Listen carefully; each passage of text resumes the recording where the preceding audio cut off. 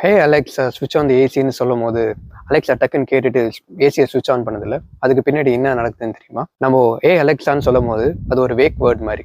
நம்ம இப்போ ஒருத்தவங்களை ஒரு பேர் சொல்லி கூப்பிட்டோம்ல, அந்த மாதிரி.